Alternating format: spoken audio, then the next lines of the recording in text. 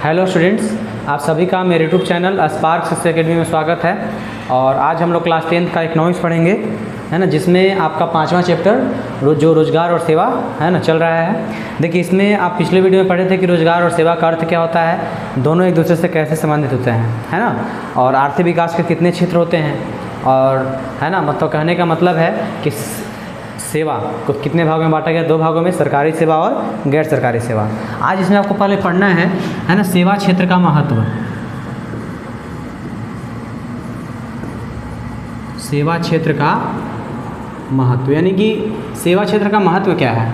देखिए, तो सेवा क्षेत्र का महत्व जैसे है रोजगार में बहुत ज़्यादा है ना, रोजगार प्राप्ति में, है ना, रोजगार में सबसे अधिक अगर किसी का महत्व तो सेवा क्षेत्र का है। सेवा और रोजगार दोनों एक दूसरे के पूरक हैं, है ना, मतलब दोनों कह सकते हैं एक ही तराजू के 2 पलड़ा, ठीक है। जैसे कह सकते हैं कि मतलब, है ना, मतलब दोनों एक ही सिक्के के 2 पहलू भी कह सकते हैं आप। क्योंकि देखिए, जैसे मान लीजिए उदाहरण के लिए किसान अपने खेत में धान उपजाता है ना, और मेहनत करके चावल प्राप्त करता है, तो अगर किसान मतलब उसको साफ सुथरा करके बेचेगा तो और भी ज़्यादा उसको मतलब, है ना, दाम उस पर मिलेगा उसको, है ना, अच्छे दाम पर बेच सकता है। तो उससे प्रारंभ तक अंत तक उसे रोजगार भी मिल जाता है, और व्यापार करना चाहे तो इसे व्यापारिक स्तर पर भी ले जा सकता है। तो जैसे कहता है कि देखिए, जैसे कहने का मतलब है कि रोजगार सृजन में सेवा क्षेत्र का भूमिका बहुत ज़्यादा होता है। जैसे सेवा क्षेत्र, सेवा देखिए, सेवा आपका सरकारी हो या गैर सरकारी, दोनों ही परिस्थितियों में रोजगार का सृजन करता है। जैसे बढ़ती हुई जनसंख्या के लिए आवश्यकता प्रतिदिन बढ़ती जा रही है, क्योंकि देखिए जनसंख्या दिन प्रतिदिन क्या हो रहा है, बढ़ रहा है ना, और जब जनसंख्या बढ़ेगा तो आवश्यकता ही बढ़ेगा, है ना। तो बढ़ती हुई जनसंख्या की आवश्यकताओं की पूर्ति करने के लिए उद्योग धंधा का विस्तार करना होगा, है ना, सेवा क्षेत्र को बढ़ाना होगा।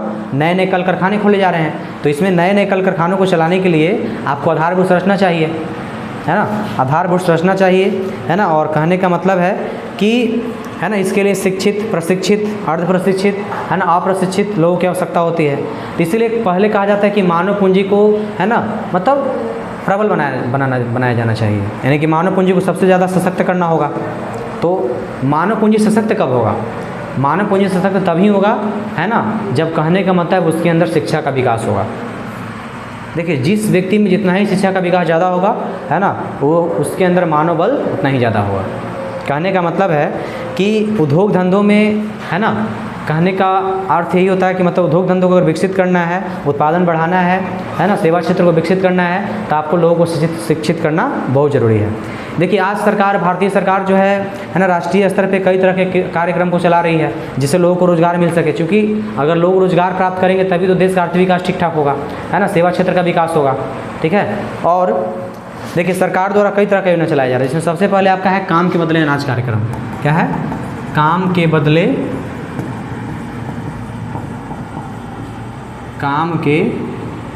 बदले अनाज कार्यक्रम। ये आपका शुरू किया गया था, ठीक है, 14 नवंबर 2004 को, 14 नवंबर 2004 को, ठीक है। दूसरा आपका जो है इसमें मुख्य जो आपका है मतलब, है ना, जवाहर रोजगार योजना। क्या है? याद करने योग्य है जो जवाहर रोजगार योजना। जवाहर रोजगार योजना की शुरुआत की गई थी 1989 ईस्वी में, ठीक है। और इसमें इसके अतिरिक्त आपका है समेकित ग्रामीण विकास कार्यक्रम। तीसरा क्या है? समेकित ग्रामीण विकास कार्यक्रम, ठीक है। तो इसका शुरुआत किया गया था आपका, है ना, 1980 ईस्वी में।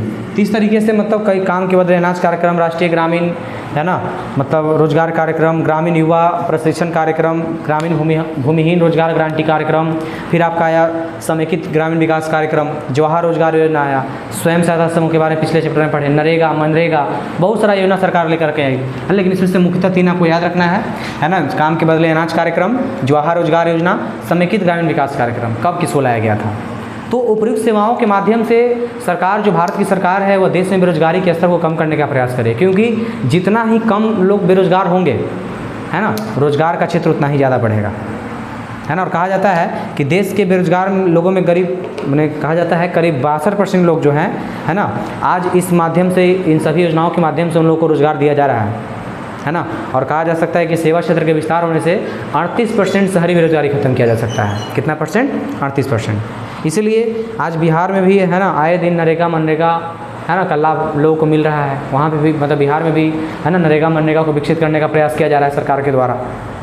ठीक है, अगर आप देखिएगा भारत विश्व सेवा प्रदाता के रूप में, तो देखिए आज 21वीं सदी में है ना भारत का जो श्रम पूंजी है ना दुनिया के हर देश में बहुत ज़्यादा योगदान निभा रहा है। कहने का मतलब है कि भारत का जो श्रम शक्ति है वह दुनिया के हर देश में आज अपना योगदान निभा रहा है। चाहे आप इंग्लैंड का स्वास्थ्य देख लीजिए, परिवहन देख लीजिए, है ना, अमेरिका का अंतरिक्ष विज्ञान देखिए, सूचना प्रौद्योगिकी देखिए, आज मतलब अगर उस लोग अच्छे खासे विकसित हैं तो देन भारत के लोगों का ही है ना। और श्रम शक्ति के इसी योगदान के कारण पहले जहाँ बढ़ती हुई जनसंख्या अभिशाप मानी जाती थी, वही अगर जनसंख्या दक्ष हो जाए, ज्ञानी हो जाए, है ना, ज्ञान की वृद्धि उसमें हो जाए, तो जनसंख्या क्या हो जाएगा, मानव पूंजी के रूप में स्वीकार किया जाएगा।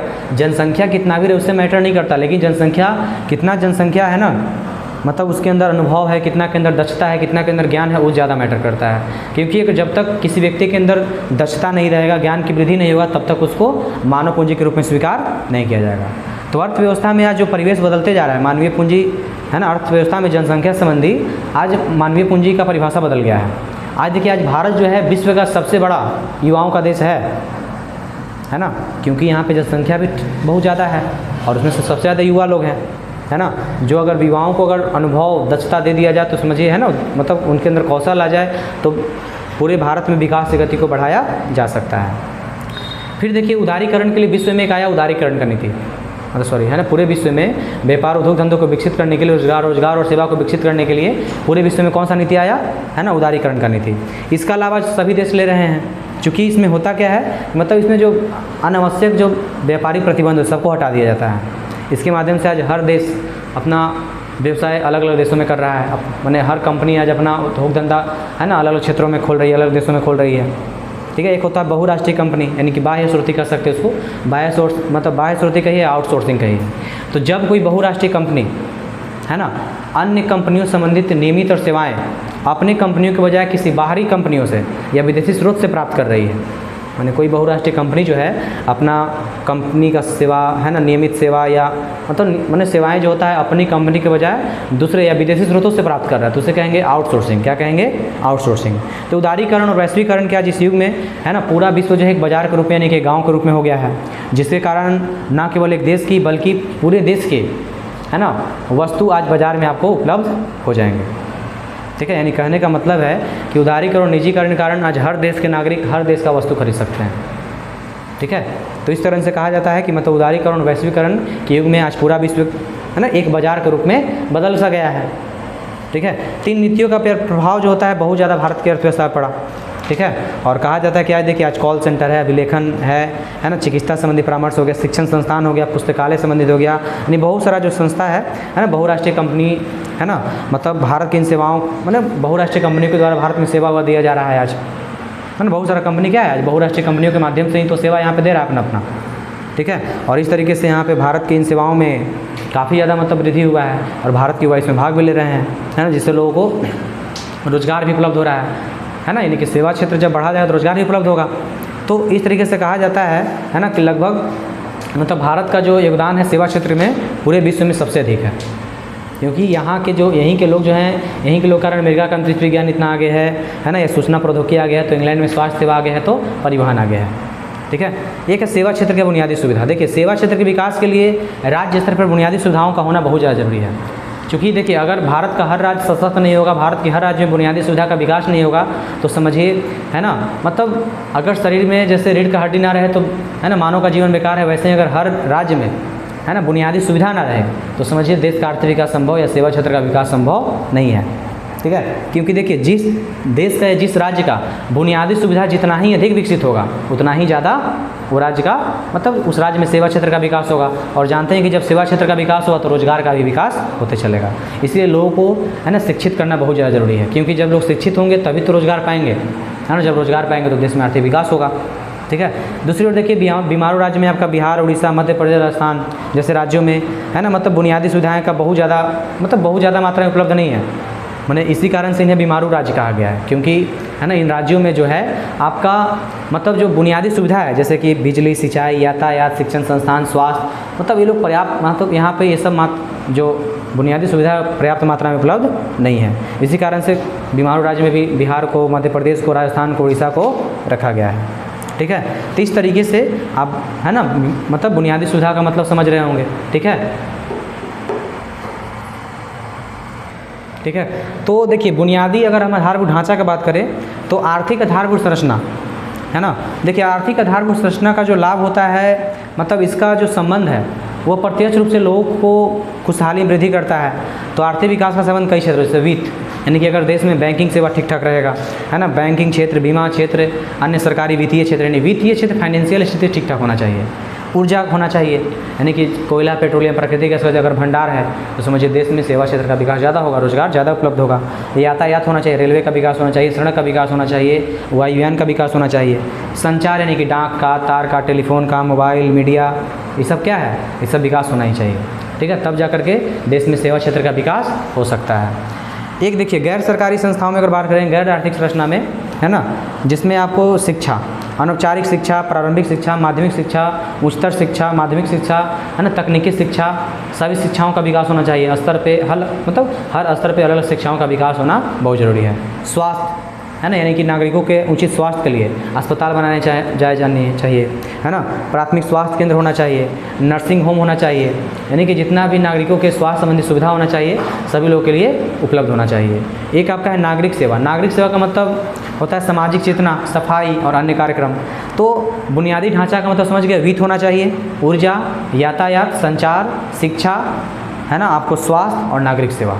तो भारत में कहा जाता है कि बुनियादी सुविधाओं को विकसित करने का परंपरा सरकार का ही पूरा दायित्व था, किंतु सरकारी निवेश मतलब इसमें बहुत कम हुआ है। इसी कारण से 1991 के बाद है ना पूरे मतलब भारत की सरकार पूरे भारत में बुनियादी सुविधाओं पर ज़्यादा जोर डाली है ना। हर देश क्षेत्र मतलब देश के हर क्षेत्र में बुनियादी सुविधाओं को आगे लाना लोग शुरू किए। आज संयुक्त रूप से समझिए तो बुनियादी सुविधाओं को क्या किया जा रहा है, आगे लाया जा रहा है, और धीरे धीरे मतलब कहने का मतलब है ना कि इसे विकसित करने का काम किया जा रहा है। तो बुनियादी सुविधा समझ रहे होंगे, बुनियादी सुविधा वित्त, ऊर्जा है ना, यातायात, संचार, शिक्षा, स्वास्थ्य, नागरिक स्वास्थ्य और नागरिक सेवा भी होना चाहिए, ठीक है। तो आज लगभग कहा जाता है कि 1991 के बाद से हमारे देश में लगातार इस क्षेत्र में बहुत ज़्यादा काम हो रहा है, क्योंकि इसमें पहले निवेश कम होता था लेकिन अब जो है निवेश ज़्यादा हो रहा है। तो इसीलिए देखिए तात्पर्य यही है कि सेवा क्षेत्र से रोजगार काफ़ी ज़्यादा मिलता है ना। तो सेवा क्षेत्र को विकसित करना है तो लोगों को सबसे पहले शिक्षित करना मतलब अति आवश्यक है, ठीक है। तो आज आपका इतना ही तक रहेगा और आपको अगले दिन है ना सेवा क्षेत्र में शिक्षा का भूमिका कैसे होता है आपको अगले दिन बताया जाएगा।